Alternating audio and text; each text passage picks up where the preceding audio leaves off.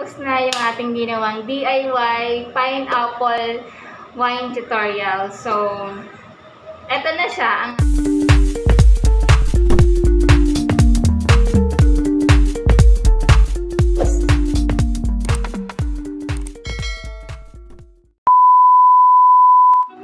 Hello everyone and welcome back again sa akin channel. So, dahil ngayon, tulog ang aking mga junakis. May time na naman akong mag-vlog. So, ewan ko ba, pag gantong rest day, hindi talaga ako nakakatulog. So, alam mo yun, ang dami kong gustong gawing content, ang dami kong gustong gawing DIY tutorial. So, ito yung aking napiling content video. Gagawa naman ako ng pineapple wine. Bago to sa pandinig nyo. Pero lahat naman ng prutas at saka ng mga fruits and vegetables na may mga matataas yung juices, matataas yung sucrose or glucose. Yung sucrose and glucose, yun yung sugar content ng prutas. Yung sucrose and glucose kasi ng mga fruits, nagko-convert siya into alcohol. So, lahat ng alcohol na napoproduce, yun yung galing sa fruit extract. So, ang maganda kasi sa wine, hindi siya mataas yung alcohol content niya. Ang pinaka-maximum na alcohol content ng wine is 15%.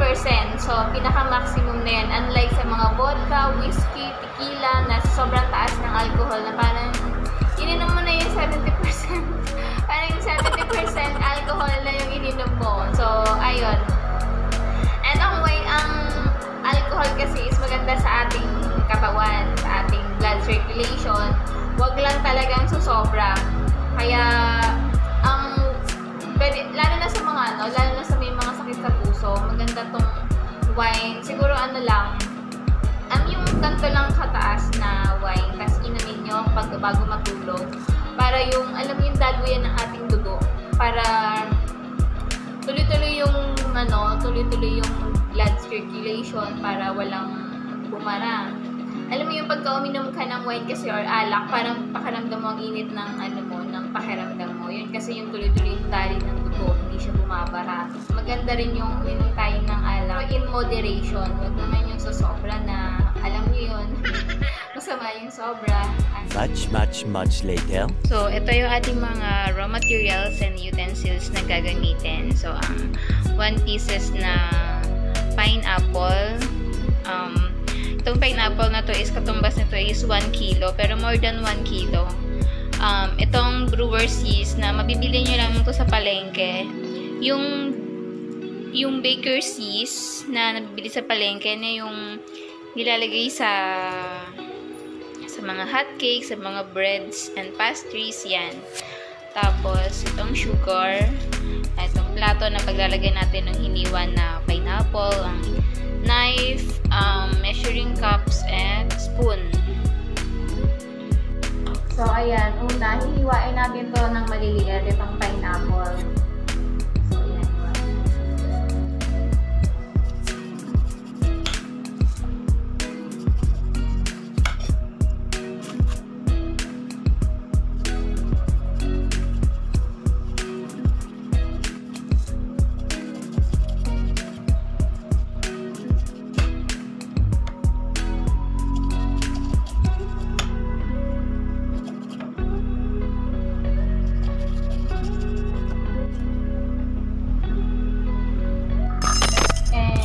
Hiwain natin siya ng maliliit.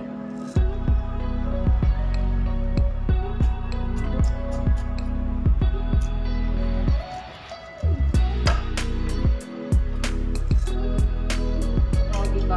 Ito kasing pineapple ito is overripe. So, yan. Kahit hindi mo siya linisan masyado, kasi sasama naman natin yung itong pulp na to sa fermentation. Kaya, isama natin yan.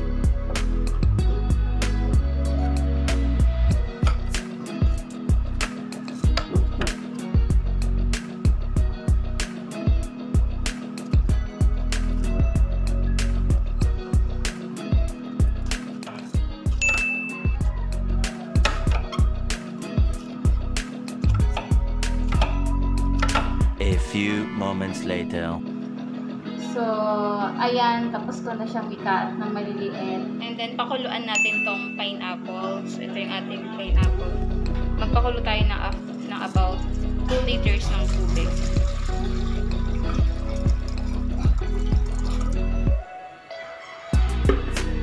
Then, lagay natin yung pulp.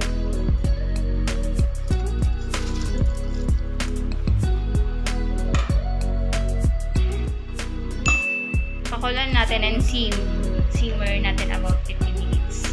So, ayan guys, kumukulo na siya. And after niya kumulo, i-simmer muna natin siya after 5 minutes. So, eto na siya guys. I-cool down natin siya.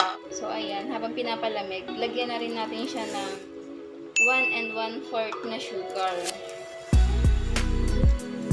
So, yung 1/4 na sugar, sakto siya sa 1 1/4 kasi. So, itong 1/4 na sugar na to is, ayan, sakto lang siya. Haluin natin siya para mas mabilis siya lumamig. And mag-dissolve yung sugar na nilagay natin. And add 1 tablespoon of baker's yeast. So, lagay ko na tong baker's yeast kasi mas mahirapan akong mag-calculate dito sa bottles kasi masyadong para ma-even na yung ratio. So, mainit pa rin siya kaya nilagay ko na yung yeast para mas ma-dissolve na siya totally. So, ayan, ipatransfer na natin siya. So, dito ko na rin siya nilagay kasi para mas mabilis siyang i-transfer kasi pagka wala siyang dito kasi mabilis siyang ma-transfer kasi meron siyang strainer para masala niya yung pulp. So, dahil maliit lang yung bibig nitong aking aging bottle yan. Mas mabilis ko siya. And si ate, hi ka! Hi! Meron na akong audience. Nagising. Hello! Oh, hello! Oh, nag-flying kiss pa nga. So, ayan. Ginagaya niya ako minsan mag-vlog. Ang aking future vlogger.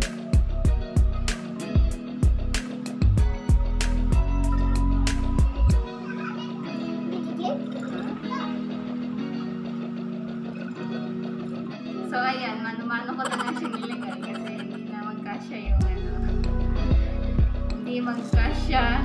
Napakalaki ng butas mo. So, tcharan! Tapos na yung ating ginawang DIY pineapple wine tutorial. So, eto na siya ang ating finished product and store natin siya or ferment natin siya within 7 days. So, after 7 days, tatanggalin natin yung pulp para mas mag-clear siya and mag-convert siya into alcohol content. So, ito na yung ating ginawang wine. So, pwede nyo siyang gayahin kasi hindi naman masyadong mahal yung mga ingredients na gagamitin. So, kayang-kaya nyo siyang gawin sa bahay. Lagyan na natin siya ng sticker. Hindi ako nakapag-prepare. Kaya sinulat kamay ko na lang yung sticker na ginawa ko kasi ang dami kong gustong gawin. Ang dami kong gustong i-content. Ayan, yung kinalabasan. Hindi ako nakapag-print. Hindi ako nakapag-print na Tapos, madaling video na yung ginawa ko kasi tumatiming lang ako kasi pag nagsing na yung bunso ko, hindi na ako makakapag-vlog, hindi na ako makakapag-shoot.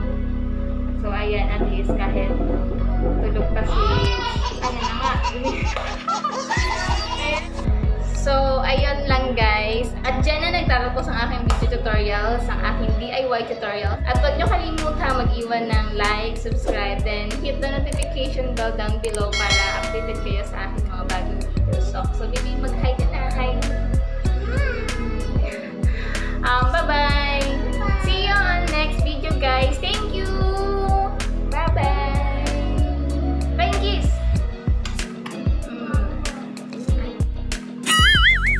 Flashback. Sa inyo, bago to sa pandinig nyo. Pero lahat naman ng lahat ng mga fruit extracts at saka fruit edible, pwede naman siyang gawing ito yung aking napiling content for today, ang pineapple apple wine DIY tutorial. So ayan.